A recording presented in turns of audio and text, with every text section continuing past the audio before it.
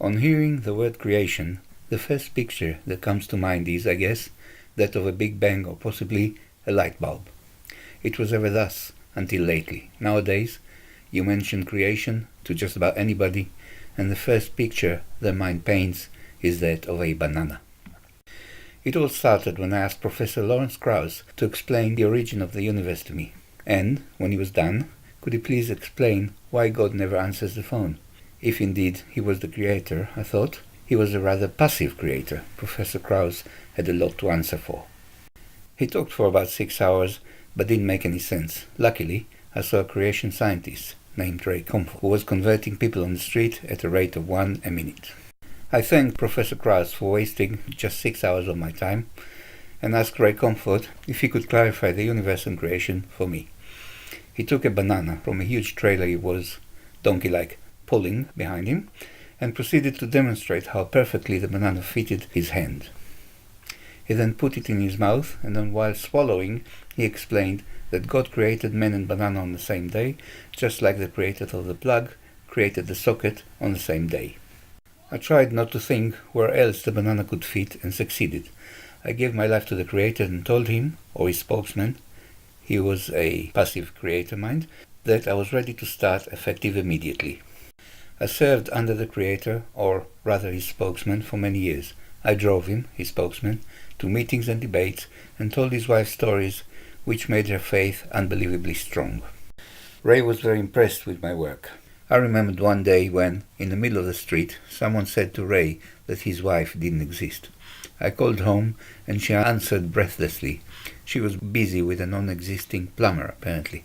Oddly enough, the debater didn't take my word as proof.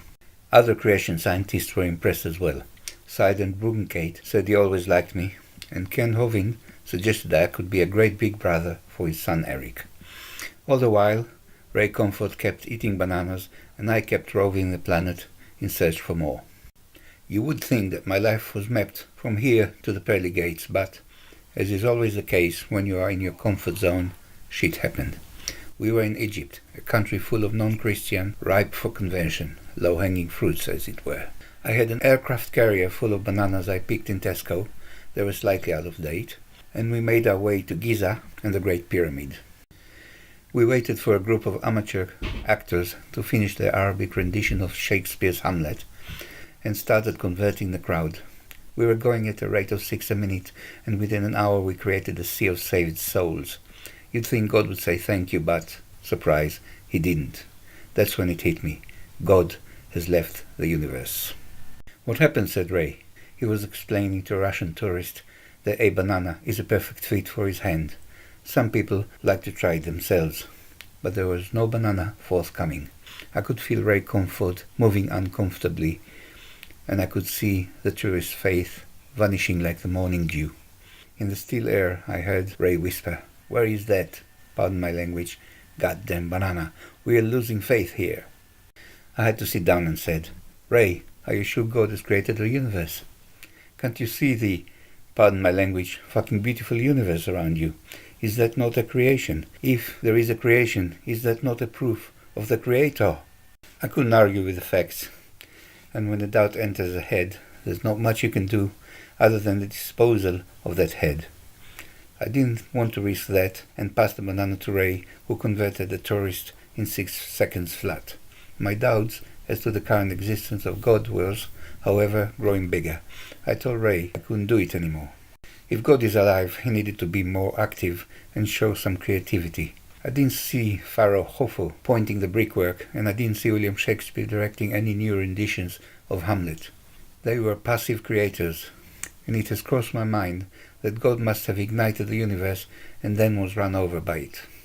Just a thought, but I couldn't say it out loud and stay alive. That's the reason I died. The sea of converted souls joined Ray Comfort in praise of my life's work. As Ray told it to them, they, the sea of saved souls, were my legacy and indeed creation. "You should look yourselves in the mirrors," said Ray to the sea of souls, "and remember he died for you.